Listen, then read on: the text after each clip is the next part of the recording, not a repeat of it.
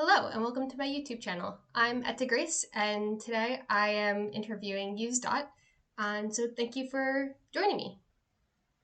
Thank you for having me. So Yves is the author, am I pronouncing that right? Yves? Yes. So Yves is the author of Something Not Right and it is the book's 5th year anniversary. So I recently read it and really enjoyed it. It's a anthology collection of short stories and flash fiction, and it's a lot of fun. So first, could you introduce yourself and tell us a little bit about the book and what else you write? Yes. Hello. I'm Yves. I'm an independent queer Jewish author of all different genres. Something's not right, speculative fiction, but I also write a lot of realistic fiction. I write things for all different ages. Something's not right specifically is my original debut short story collection that I put out just to have a book in the world, and it did surprisingly well. So I worked with Tron Books to get the anniversary edition out. Congratulations on that. If you don't mind Thank my you. asking, how many things have you published since Something's Not Right? Oh dear. Let's see. I put out a lot of things for free because it's important to me to have queer fiction accessible and not behind a paywall, even while I'm posting on Patreon and things like that. I have a works page on my website, yves.books.com, and the Okay, I can first link dot is to spelled that. out, the second one is a period. Um, so everything is listed there, and it's a long, long list. That's very cool. I can definitely link to that somewhere in the description of this video. So, how many pieces of fiction did you write for Something's Not Right originally? Were you trying to meet a certain quota for the book, or did you write a bunch and then have to cut some out? And how did you decide which ones you were going to keep in the book? So, just what was the process for writing these and then choosing the stories that you did? So, like I said, originally it was just, I wanted to have a book, which is not necessarily something I recommend for, motivation when you put a book together. But I knew that I had enough to start with. And then after that, it was a question of, how much more should I write, for lack of a better word, on the spot. Obviously, it was a long period of time, but, how much more is necessary to make something that's book shaped. I went through everything that I had ever written, essentially, up until that point. Um, and collected things from there are things now that are like high school writing assignments that were just good enough or were edited enough they fit in the book. um, and then I don't remember the exact number, but I wrote a substantial number of stories just during the year or so working on the book for the collection. And I remember that near the end, I don't recall how many I ultimately added, but I had at some point a proof copy, and I gave it to my beta reader, and we both agreed that it wasn't long enough. It just didn't look right. Like when you held it in your hand, it just didn't look correct. So I went back to it, and I remember that I think I did a combination of looking for more things I could add, but I also wrote some more stories to bring it to an even 30. I remember that was the decision, was that we would at least bring it to a clean 30 stories, especially because even though that sounds probably very long without context, many of them are also flash fiction or vignettes, and so it ended up being quite short. And then for the anniversary edition, I added three new ones, um, just as bonus content, and those came from a combination of, one of them was something that had already been written, but at the time that I originally published the book, I just wasn't confident in it. I knew it had to be edited, but I didn't really know in what direction or how to fix the problems that I had with it. So I finally came back to that and made it a piece I was satisfied with. It's called Six Reasons I Have to Do This. I put that in, and then Pattern Seeds and the Magic Number were written the year of Something's Not Right's publication, but after it came out. So I would still, you know, describe them as being in the same um, general genre grouping, the general same style. They just didn't make it in because they were written afterwards. Um, and it felt right putting them in now. That makes a lot of sense. I remember Six Reasons Why I Have to Do This. That one stood out to me because it was just the framing of it was really interesting to me. And you mentioned a lot of these are like really short flash fiction and vignettes. I was reading this as the ebook that you sent me, and so some of them were like 1 page long, like page on my phone long, so really short. So when you're telling a story in just a page or two, how do you still make it so impactful and effective without like the context of a whole novel surrounding it? It depends. Some of them, I think one of the more memorable ones, Clarabella Holt, is just a description exercise. I was just trying to see how much I could describe of a photo before there was nothing else to write. And so that one was kind of expansive in that I just, kept writing and writing until I couldn't, even though it obviously ended up quite short because there's only so much you can get out of a photograph. Um, and then you have the little vampiric twist at the end, and I think that retroactively creates the story because you get up to that point and it's all description. Um, and then you hit the little twist, and I think that creates an arc retroactively over the entire piece that you've read, which of course is short enough that I think the reader is willing to wait until the end to get there. Um, Mm-hmm. Others,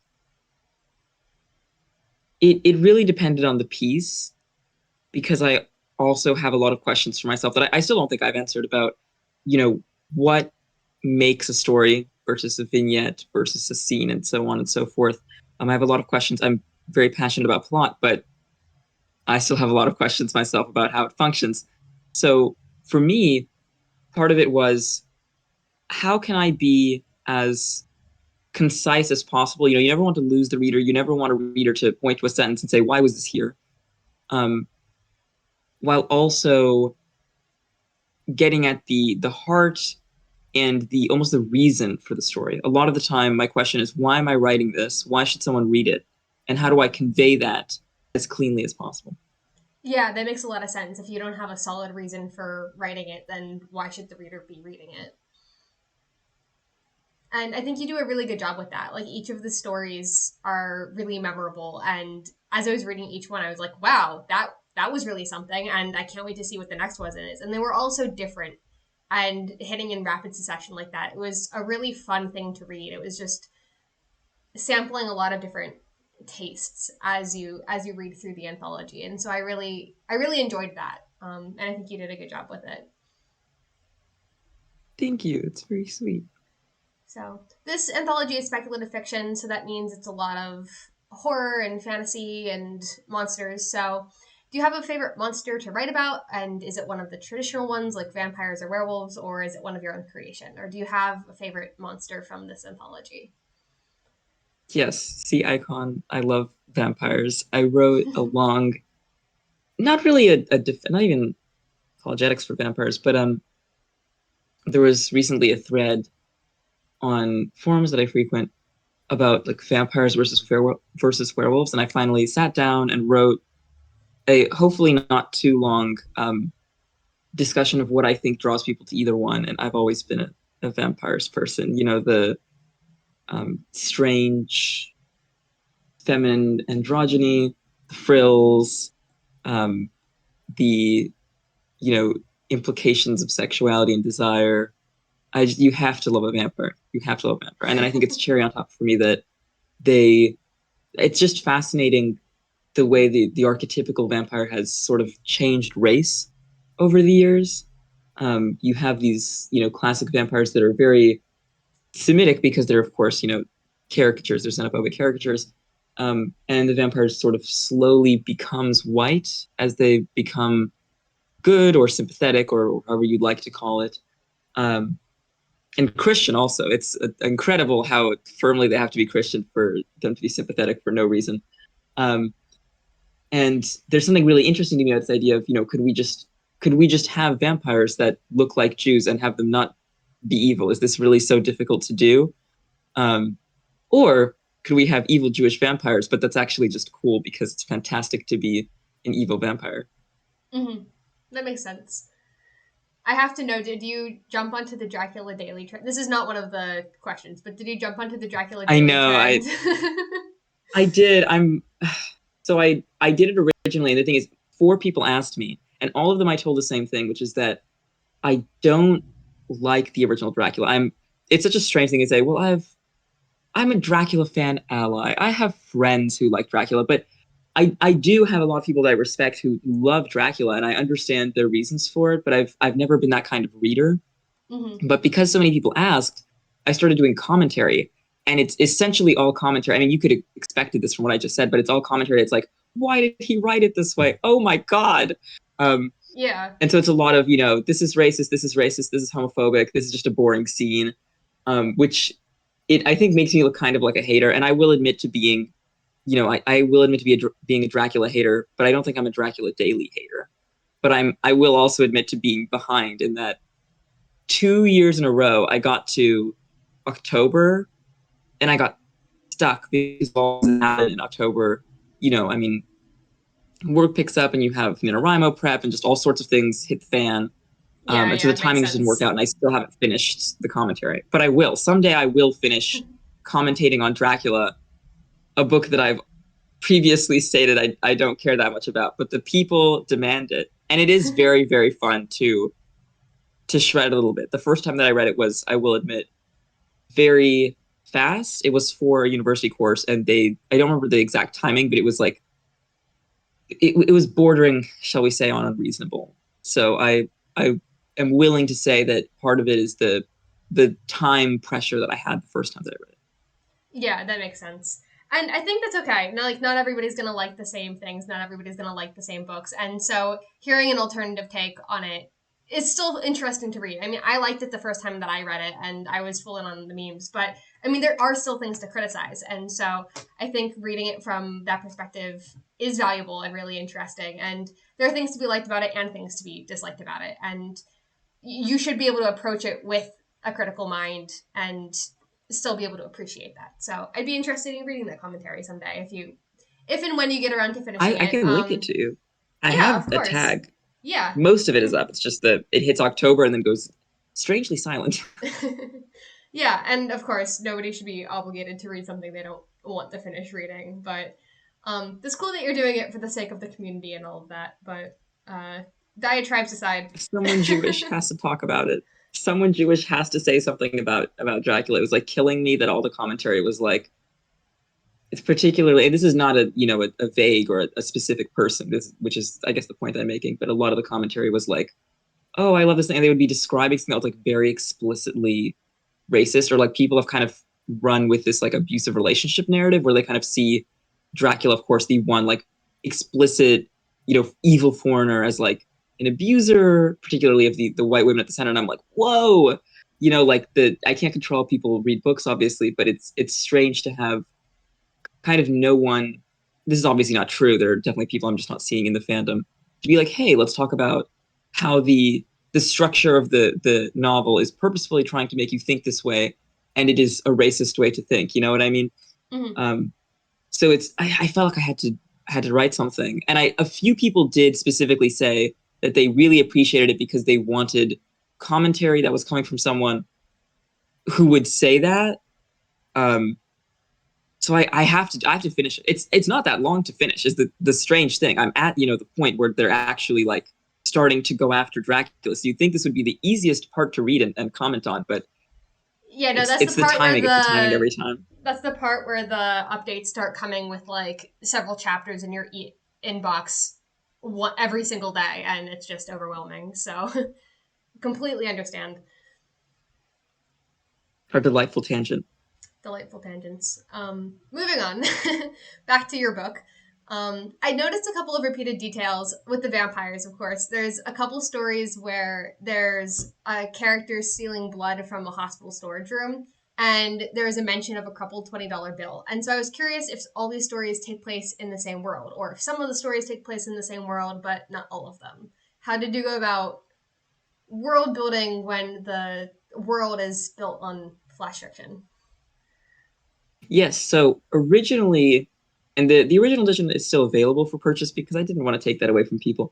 But in the original edition, there was a line before the table of contents. It said something like, presented in like, some random order. They're not related, but you don't have to believe me. But I phrased it in this, very vampiric, mysterious way. Um, And I removed it for the anniversary edition because I felt like it was too, first of all, too on the nose. And second of all, I was like, I can't and shouldn't control how people read the stories and whether they see them as related or not.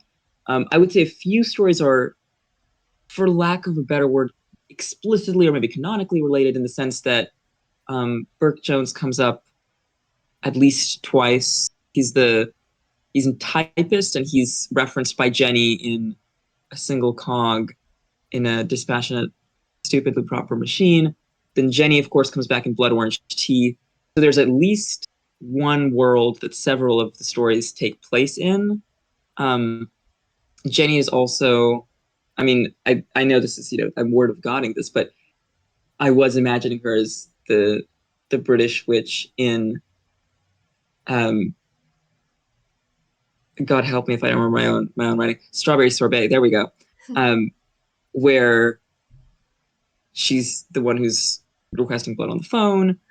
Um, so there's several that are, you could say, explicitly in the same universe, but it is obviously up to interpretation because that's what a book is. There are a lot that I think by nature can't be in the same universe, like the story about the mechs, the hands in the mouth. It's difficult, but not impossible to imagine the giant mechs being in the same seemingly very near future stories that involve, sitting in an airport with some guy who is maybe an oracle or not. Um, Yeah, that makes sense. so I kind of took this very, for lack of a better, agnostic view on it, where I decided to just write everything, and then if it fit together, and that was more, thematic and more, does the content fit? I didn't think so much about the types of worlds, and I thought as a nice bonus, some of them will be in the same world, and we'll leave it at that. Yeah, that makes sense. My next question is, how does flash fiction and short stories influence your other works? You say you post a lot of other stuff. So if any of it's long form content, how does writing short stories and flash fiction influence that? One of the things that I learned about flash fiction in the last several years since writing this is that it doesn't matter how many novels you write, you're going to put out the short stories first because there's a point, at least for me, and I can't speak for anyone else, where working on a novel, you get to a point where you're just like, I can't look at this and I don't want to look at this and I want to do something else this week. And you start writing, a short story, you edit a short story or something like that, and you just inherently end up with more short fiction you can put out more quickly, I think, assuming that if you were to write the same, amount of words towards each, then novels, or even just spend a similar amount of time. Because novels are they're so taxing. And I love novels. I love working on novels. And I've written so many novel drafts, believe it or not. I've outlined so many, I've written so many, I've even edited so many, but it doesn't necessarily mean they're ready because of the way that you have to, pull back, I think, and look at something from this extreme bird's eye view. And with flash fiction and short stories, you put it on the page and it's there. You have something where you can look over the entire thing on sometimes just one page. And there's sometimes a necessary immediate gratification to that can be used when you're stuck with a novel because you just know this thing is not going to be finished for so long. Even if you do things like NaNoWriMo. I mean, even a month is still a substantively long time to the point that I often get kind of impatient and start writing a lot over my quota because I just want to be done with the thing. I just want to finish it. I want to do it faster. Um, so with short stories, I find it kind of a welcome break from the madhouse of knowing you may never be done with a project. And it also forms a great place to put stories that, I've often tried, especially this happened more towards the beginning of my writing career. I do it less now, but I really used to try to turn ideas that had no meat on them into novel ideas, and it never worked. Blood Orange Tea, the last story, is a good example of that. I don't know how I would have made it a novel, but I was really insistent to myself at some point that I would turn it into one. I couldn't tell you what I thought I was going to do with that, but you can tell that it's the heart of the story is there's a vampire, they're stuck in close quarters with a human. Oh no, what will they do? And it's kind of bisexual. Um, there was no way to take that and make it a novel. I think at some point I was thinking of making it the climax of the novel, but and kudos to anyone who can pull that off, because I'm sure somebody could, but it didn't make sense for what I wanted to write, for the, like I said earlier, the reason that I was writing the story, what was driving me to write the story. And so a lot of the time it's just a question of, what does the spark of the story fit into better? Does it fill out a whole novel? Does it work better if it's just a piece of flash fiction, or just an individual short story? Um, and when it feels like it's only going to work for a short story, when that's the perfect amount of time to flesh out all of the aspects of the idea, that's when I go for that. And it ends up kind of working in my crazy little schedule, where I go back and forth between all my different projects. That makes a lot of sense. I definitely relate to what you said about the madhouse of never knowing if a project will be done. And part of this is because I was in engineering school for 4 years, and engineering school knows no bounds with your free time. But I've been working on this project Runaways for like 3 years now. I worked on Storge for six before I finished the first draft, much less anything beyond that. Lyok has been ship of Theseus since middle school, and like sometime in my sophomore or junior year of college, I was like, I can't do this. I just have to start writing short stories and like throwing those up online because I need to Mm-hmm. feel like I've accomplished something. And it was really satisfying and it's really nice, and I need to get back into doing it because it also allows you to play so much with these weird concepts that it would be exhausting to do for a whole novel. Like it would just either become Oh, too absolutely. convoluted or the gimmick itself is something that you can't do. Like I've written things in really weird tenses, or the tense changes halfway through, or it's a split point of view, but the point of view changes every couple sentences. Um, and it jumps around between those two characters really rapidly. Um, and it's like you couldn't do that for a whole novel, but it works for short fiction. It lets you explore and try new things, and you use a lot of really unique framing sequences.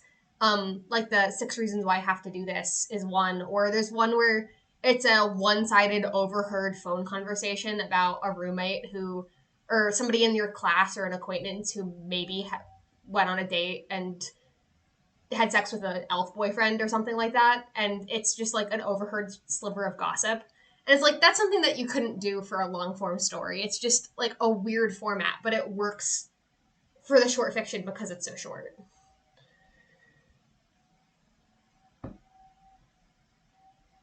Hopefully that makes sense. It does. It makes a lot of sense. I was trying to shoehorn in a way, like, to wish you luck with your degree, because it's I really difficult to write in college. I just finished. I graduated in May, and now I have a real job Oh, and free time. So this has been really nice. congratulations! Thank you. You have a job and free time. I have a nine to Did I let you have five, both? and the fact that I have only a 9 to 5 and weekends and evenings is a foreign concept to an engineering student. That makes sense. So yeah, but work schedules aside, yeah, I think you do a lot of really interesting things with the formatting of the stories as well. Thank you. It does seem weird to think.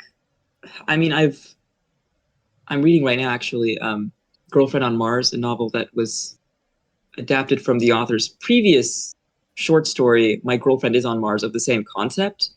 And I'm both impressed but also strangely unsurprised at the way that it is expanded into a novel, because there are some ideas where I can imagine a writer, you do the short story and then you keep thinking about it and you keep thinking about it and you keep thinking, oh, what if I added this? What if I did that? And there's a point you get to where you have a document of, what if I had added these things, that just is a novel draft. And I admit that I have not had that yet. Generally, when I'm writing a short story, I also focus very singularly. For all that I jump around with an individual story, I tend to fixate and then get it done. Um, there's a sense that I always feel fairly satisfied with everything that I put in there. I just put it all in and then remove it if it doesn't work. And if the short story ends up being a novelette, which has happened to me before, more than once, then I just live with that. So it's interesting, because I know that a lot of other authors they'll write the short story and come back to it and make a novel, but I think I've protected myself from doing that, because I let the soft animal of my writing be as long as it wants, and then just see what comes out and then label it in post. That makes a lot of sense. So, what does your editing process look like for these stories since they're so short? Like you said, you just get it done with. But how do you go about refining these things or keeping the style consistent across the anthology? You said that you wrote all of these roughly around the same time. Or how did you decide the order of the stories? I know they started getting longer towards the end. So, was it just by length, or was there a certain like thought process to it? Partially by length, but I know that there were a few, and I wouldn't remember which ones now, but there were at least a few where I put them in that order, and I thought, I didn't like the reading experience of coming off of one and going to the next. Because obviously, I mean, you could say similarly to like an album, and I think that a lot of the things about the book are strangely album-like, like stylized um, titles, the overwhelming like concept album feeling of being in these different worlds and having these themes. Um, I didn't always like the feeling of coming off of one piece and just going to whatever was next longest. You know what I mean? Just by numbers, because sometimes the emotion that you were left with didn't segue well into the emotion of the next piece. Other times it would be easy to have someone go from something that's very emotionally distressing to just something that is 100% laughs all the way through, because maybe that feels cathartic and it feels surprising in an exciting and satisfying way. But there were at least a few that I changed for what would likely be boring reasons if I did remember the specifics. And then of course with the new ones, I had to go in and go, okay, which rough section of the book has stories that are of this length, and then I added them there. And again, just tried to make sure that it made sense with the tone of the previous story and the ending always of the previous story, the beginning of this one, and then of course the ending of this one, and the beginning of the next one. Um, and that meant that a lot of the editing was not specifically to make them fit with each other, because I kind of let them stand. The selection to make them fit was just that initial choice of, does this work with the anthology or does it not? And then, when I went back to it to edit it for this anniversary edition, I changed a few of there were a few like sentences, right, where I would just look at them and go, I can't believe that a reader understood what I meant by this. This is like barely English. And so I changed a handful of sentences and I typo edited. And there's one story that did get a changed ending because I was so unsatisfied with how I did it the first time, and I knew that I could keep all of the things people liked about it and then make it better. And so far, the feedback from people who have read both is, yes, thank you for doing that. It's better. Um, but the vast majority of the time, the editing was very individual, and just by looking at one story and asking what works for this story, trusting that if I selected this to work in the collection, they're going to work together anyway. If I put it in the right place in the collection, it's going to work with the pieces around it. And like I said, there's this bird's eye nature to editing that is so much, for me personally, I hate to make generalizations, but for me personally, it's just so much easier to edit a short story because you know what you have when you're looking at it. Mm-hmm. With novels, I always write when I'm editing them, I always write a description of what happens. And I look over it and I say, is there a plot point that I see here that just doesn't need to be there? Is there something that doesn't make sense? Is there a point where the character's agency doesn't come out? Because just reading the book and asking yourself that question, I mean, no one reads a novel fast enough to make these judgments quickly. Whereas if you write what is essentially a Wikipedia summary of the book, just the way that you wrote it, not the way you want it to be, but the way you wrote it, you can then look over that and ask yourself, does this make sense to me? Does this seem like a book that works?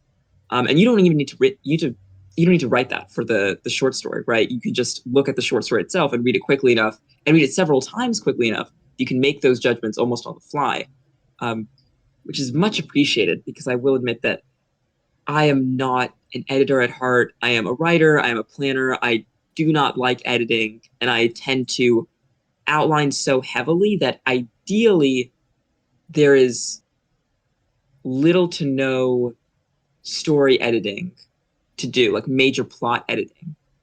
When it comes down Mm-hmm. to typos, to segueing things better. This isn't always the case, but much of the time I think so hard about the outline, and I so carefully make sure that everything in the outline needs to be there, that the plot flows perfectly, that it's less about changing plot events or elements, that I do rarely to never, and more about, did I spend too much time on the scene? Is it now overlong and making the piece feel unbalanced? More like that stuff that's easier to fix, in a few lines or in a paragraph or two, than having to do a full rewrite, which is my ultimate evil nightmare.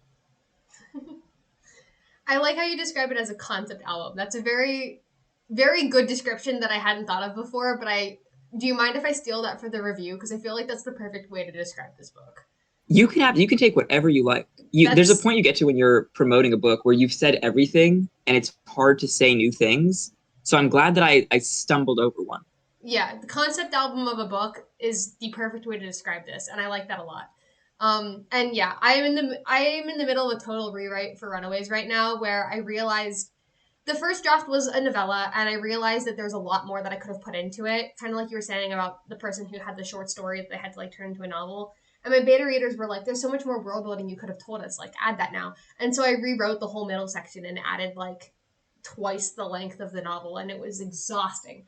So thankfully that's done now, but not an experience I wish to go through Congratulations. exist. Not People a should congratulate you thank you. when you finish any round of editing. At least that's my opinion because it's the hardest part. So whenever someone's like, "Oh, I finished editing," I'm like, "You finished editing it? You didn't die?"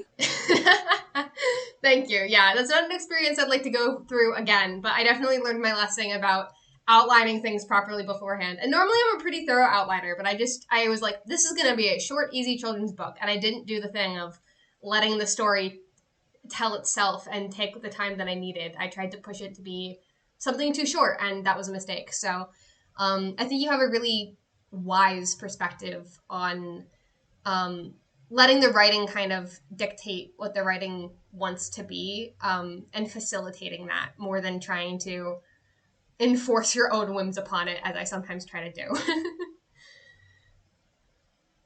I wish I was an editor. I should credit the well, I don't know if it's crediting so much as just hyping her, but Deborah Willis, I should say, is the author of the short story turned novel that I'm reading.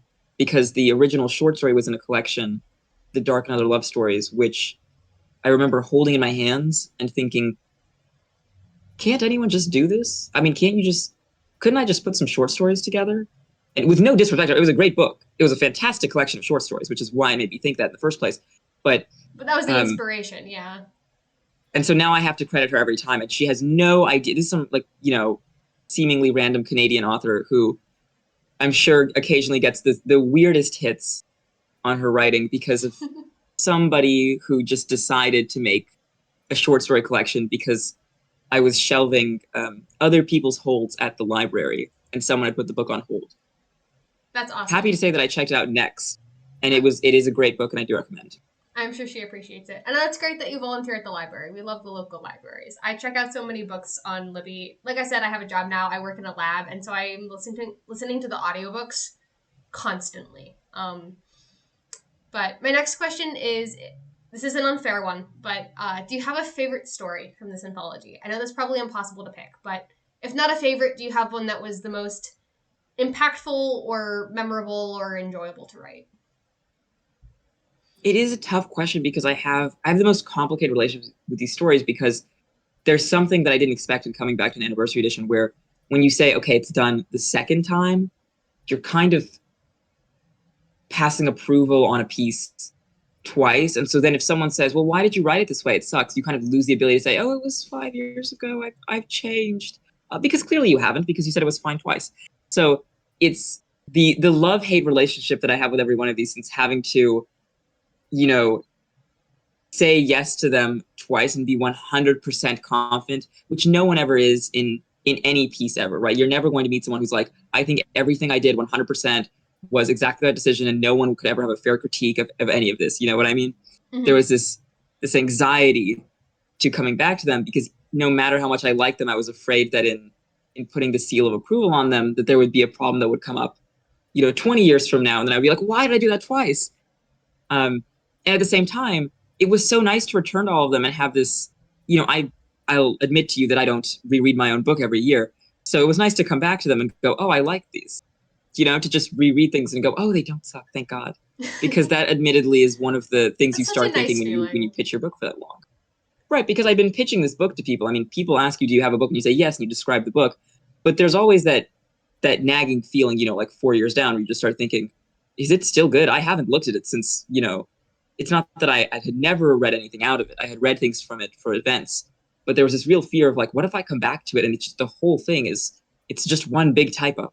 Um, but the ones that I like, I mean, I think that people cite Don't Feel Guilty as the heart of the collection a lot, in part, definitely through my putting the ferns on the cover. I do think of that book as giving the aesthetic to the rest of the collection. Hmm. Um, so that's one that I have to cite. I personally really like Clarabella Holt because it's a piece that I have not written in a very long time. I have not written anything that is that kind of vignette, that kind of description centric focus in a very long time.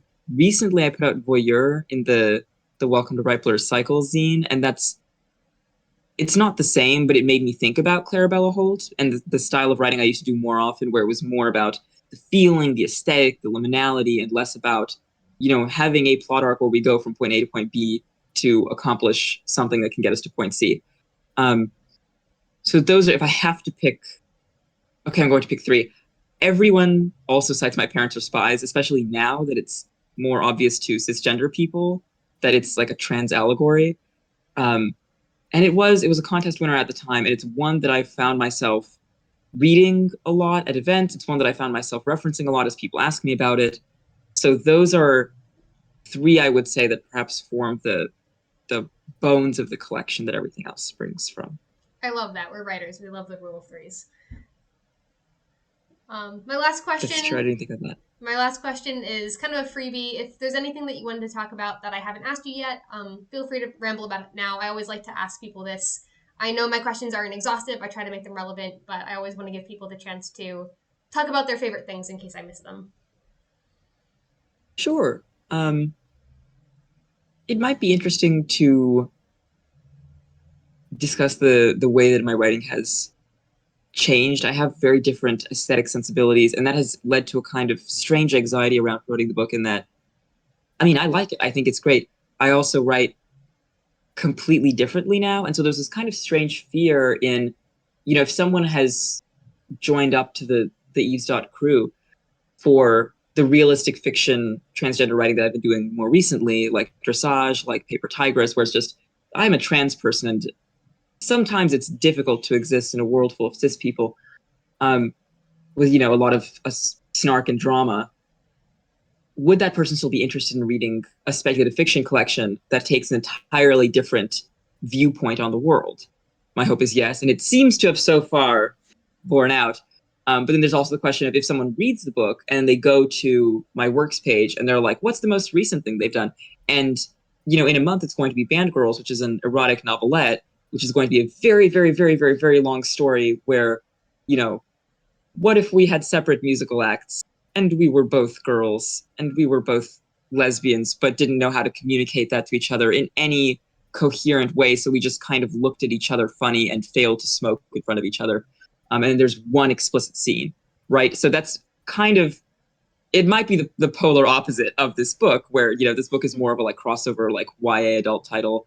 Band Girls is just explicitly adult. This has no explicit content that will have at least some explicit content that's realistic fiction. This is speculative fiction. I write everything under one name, and there is this question of, will people enjoy and like go against the common wisdom of like parceling everything out by genre? Will people still enjoy everything just because I wrote it? Unfortunately, so far the answer has been yes. So far the answer has been yes, of course, because why wouldn't they if it's good writing? Which is a very silly and arrogant way to come at it, perhaps. But it's how I feel when I read other authors' work, where I have authors I like who are usually, speculative fiction people. But when I read their realistic fiction, I still see the tone and the style that I've grown used to and that I love. I still see you know, the plot work, the skills that I come to the author's work for, not just the genre elements or even the tone of the genre.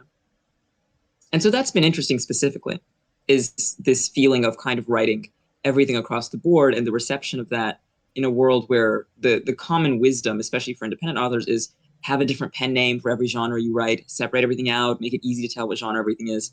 And I've noticed that on the contrary, that hasn't always quite been true for me. I think because in a niche such as queer writing, a lot of the time people are less specific on Do they want it to be a high fantasy or a low fantasy book? Do they want it to do this or that? A lot of the time, if you pitch them what I like to call what is actually happening in the story, and you don't focus so much on the genre label so much as like, are there dragons? Just let me know. Just say that this is a book with dragons in it. Um, and similarly with a lot of my realistic fiction, I think there's this weird speculative edge. I put out something, Tragic Accident, semi recently, that doesn't have any. There's no explicit magic in it. I hate to say and spoil that for the audience, but there is no moment where like the character snaps their fingers and they become a ghost or whatever. But it is still drawing on the aesthetics of ghostliness and the aesthetics of a kind of gothic fiction that often does have many elements of the supernatural. Um, and you have to trust that the reader will come along with you on that journey and will appreciate the the building blocks of the text, right? The plot work, the description, the prose, the way the story is crafted, and not only the the way that it can be labeled in post. Hmm. I really appreciate that you brought that up because this is something I've been struggling with. It. I haven't published anything yet officially. I'm working towards my debut, and I'm trying to find, my audience and all the advice that people give indie authors, especially when you're trying to find your audience, is to try and develop your like ideal reader and figure out exactly what niche segment of the market you're trying to market to and focus really hard on just those people. And if I was trying to follow that advice, I would only be reading Christian, very sanitized, clean, middle grade portal fantasy because that's what Runaways is. It's a story that I wrote for my little siblings when we were weeding the garden during quarantine. But That's very cute. people are complicated, and that's not the only thing that I read. And people have complex tastes. And even though I am a Christian writer, I can still read and enjoy your stories and appreciate the craftsmanship in them.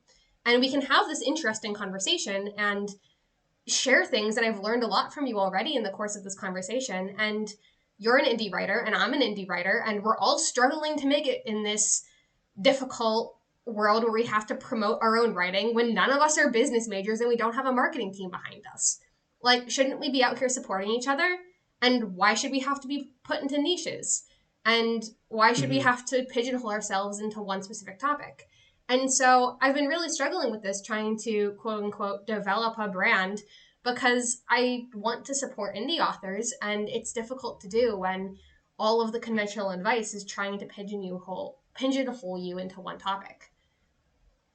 Exactly. And I think I understand why the advice is given, and I do agree that, certain kinds of success are very much specifically possible that way, and that people may be more successful doing that. But I think that if you don't organically write in a way that feels compatible with any piece of advice, I think there needs to be a question of, do readers want to read how I'm organically writing? And the answer can be yes, and I know this because I want to read this, right? I mean, my experience, for example, has been that I really, this is maybe too much of a hot take, but I think that the line between speculative and realistic fiction has been um, greatly exaggerated. And so for me, there really is no concern about reading a book that is realistic fiction or reading a book that is, SFF in the way that a lot of other people quite fairly have. I've met a lot of people who say, I just will not read something that is not speculative fiction at this point. And I completely understand. And there are so many great reasons for that.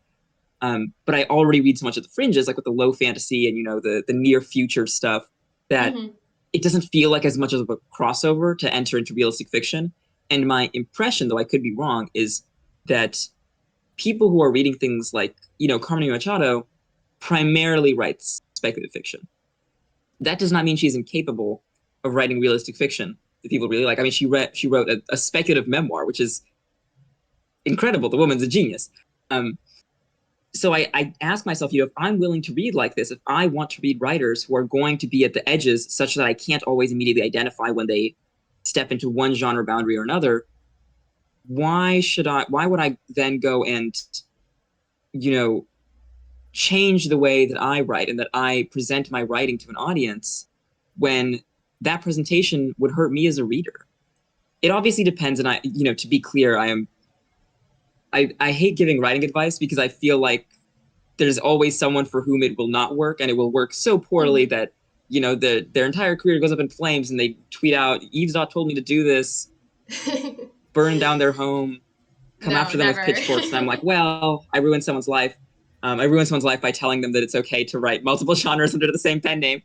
But I do No, think I that don't think people some should be pigeonholed like that. I this is a don't little think blunt. that like boxes and I think that blending genres and things is a good thing and like building community around it is admirable and worthwhile. Like people are more complicated than genre conventions and industry requirements would have you believe. And I think drawing up arbitrary guidelines between them is a fallacy at best and harmful at worst Mm-hmm.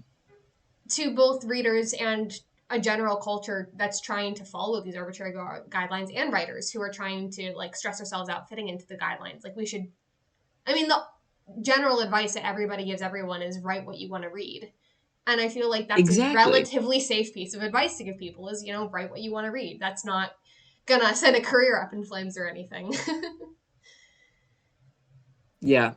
I think it's strange that so much advice asks us to disregard our feelings as readers and what we're looking for when a lot of the best writing seems to come from someone saying, I wanted to read this and it wasn't there, and so I made it. Mm-hmm. Um, it's there can definitely be times I've spoken to, I think everyone's had that experience of talking to a writer and you say, well, I don't think you should do this thing because it's a little blah blah. And they say, well, I would want it this way. And you say, well, you're very special. You have an experience that most people in this world do not have. But ultimately, there's only one person. I say this every day. I think I'm a broken record at this point, but there's only one person that you can actually please with 100% certainty, and that is yourself. And so it's always this balancing act of, you want to obviously please other people, but you have to make sure you don't lose yourself along the way. Mm-hmm. I think that's a very good lesson to take away from all this. So I know you mentioned that you publish all your writing to your website. Are you working on anything else that's coming up? You mentioned a couple different things, but if you want to list them all off and give me links, I will attach all of those, and you can do all of your self promotion here. Absolutely. The big thing is that I have an event, an in-person event, my first in-person bookstore event, my second in-person Congratulations! event of all time. Thank you. Sorry, I keep saying that, but it's very exciting. At Bookshop Santa Cruz you'll never believe this, but it is in Santa Cruz, California. January 4th, 7 p.m. I'm reading, I'm answering questions, I'm signing books. There will be not only copies of Something's Not Right, but also copies of Exhaustively, which had a limited edition print run that, I'll be honest with you, it comes back only at my whim. So if you want it, that's a good place to get it. And I designed, um, I think, over 50 stickers that you can also get that are all variations on, queer slogans. There's like a best of both worlds bisexual sticker. There's, a gay by nature, proud by choice. There's a whole bunch of stuff. Um, and you can kind of one-stop shop a bunch of strange queer indie art if you go there on January 4th at 7 p.m. For my recent writing, I just have to get that out of the way because I will forget to mention it, and it's not something I should forget to mention. My writing, the most recent thing that I kind of got jump scared by is Welcome to Ripe Blur dropping the Cycle zine because there were unfortunately delays because the mod team is very busy and they're angels to do a zine while also doing literally everything else they do. So the Cycle zine is out. Voyeur, my piece that is, I've been describing it as a liminal time loop story with a double twist, is in Ooh, there. It's so exciting because it's a really old piece. It might be from even like roughly SNR days, and it was another piece that I was just like, I don't know what to do with this, rah, and I put it in a box and locked the box and put the box in my closet and piled shirts on top of it. So I finally re-edited it and I sent it to, the zine, and we were just waiting on it to come out. And it is out. It's out now. It's fantastic. The zine is so good. It's so beautiful. Um, that is so cool. and then I'm Band on Girls will be Ripler. I coming out. didn't know there was a Oh, Welcome to Ripler zine. This is so yay! exciting. How did I miss I will this? give you a link. You can Please put that do. in the description as well. I've been Yeah. trying to reblog it, but it's the time zones. The time The zones on this time website. zones. Yeah. And Band Girls comes out now. If it doesn't, you didn't hear this from me, but in theory, it's coming out around the new year. Ooh, I will still be stating congratulations. that. There's a lot of it is. on Patreon right now, which is my plug for my Patreon. I have a Patreon. If you want to see things from me before everyone else, it's on there. In fact, today I will be posting another scene from Band Girls exclusively for patrons to read. So if you are just like, I can't wait, I love women so much, I have to see them completely fail to flirt with each other right now, put it in front of my eyes, that's patreon.com/yves. And I'm Yves everywhere on all social media, YVESDOT. Sounds good. Well, thank you so much for talking with me today. I really appreciated this conversation. And thank you for Thank you letting so me much for read having Something's me. Not Right. You read it so quickly. I'm shocked and impressed. You're Well, you said amazing. it, you Thank you wanted me so to much. finish it by the end of December, and I'm like, well, I'm traveling on the 22nd, so it's done by the 22nd or it's not done at all, and I did my best. It's been really slow at work, though. It's the end of the year and nobody wants to give me any work, so I've don't tell my boss that. I won't tell anyone. I appreciate it because I very much knew when I was asking that like it just might not happen because it was such an insane thing to say. Like, hey, can you just do this in one of the busiest months of the year? But you came through because you are fantastic. Thank you. Of course. Thank you again for taking the time to talk with me tonight. Yay, thank you. Have a great evening. You too.